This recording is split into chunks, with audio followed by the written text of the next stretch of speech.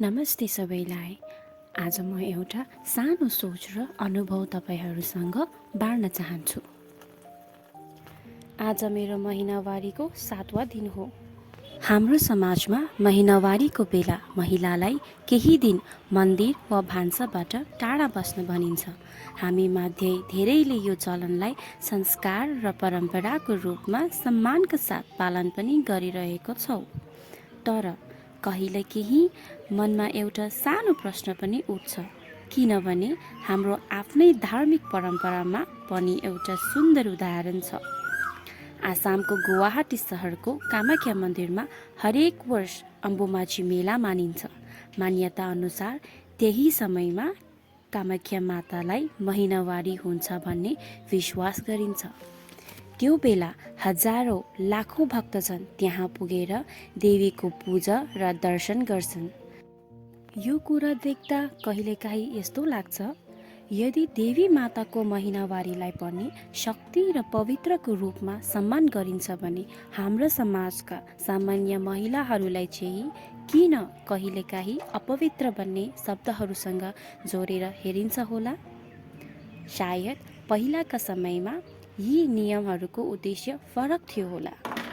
त्यो बेला मन्दिरहरू टाढा वा पहाडमा हुन्थ्यो र भान्साको काम पनि धेरै मेहनत लाग्ने हुन्थ्यो।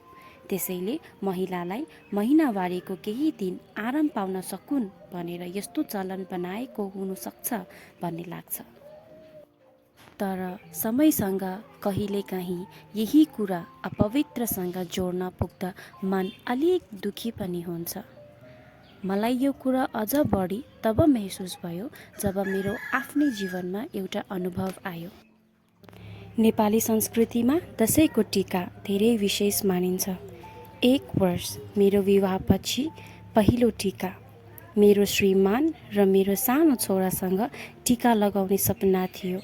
तर संयोगले त्यही बेला मेरो महिनावारीको 5वाँ दिन थियो र म त्यो क्षण मनाउनु पाउन सकिनँ।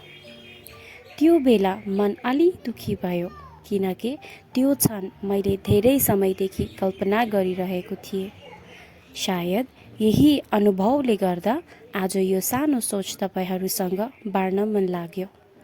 यो कुनै बहस होइन, न त कुनै परम्परालाई गलत भन्न खोजेको हो। यो त केवल एउटा सानो विचार हो कि सायद समयसँग हामी सबैले यस विषयमा आज संवेदनशीलता र समझदारीका साथ हेर्न सकौँ। आज मैले महिनावारी बारे भनेको सानो विचारहरू यदि तपाईको मनमा कतै छुयो भने त्यो मेरो लागि धेरै ठुलो कुरा हो। धैर्यका साथ मेरो कुरा सुन्नु भएकोमा धेरै धेरै धन्यवाद।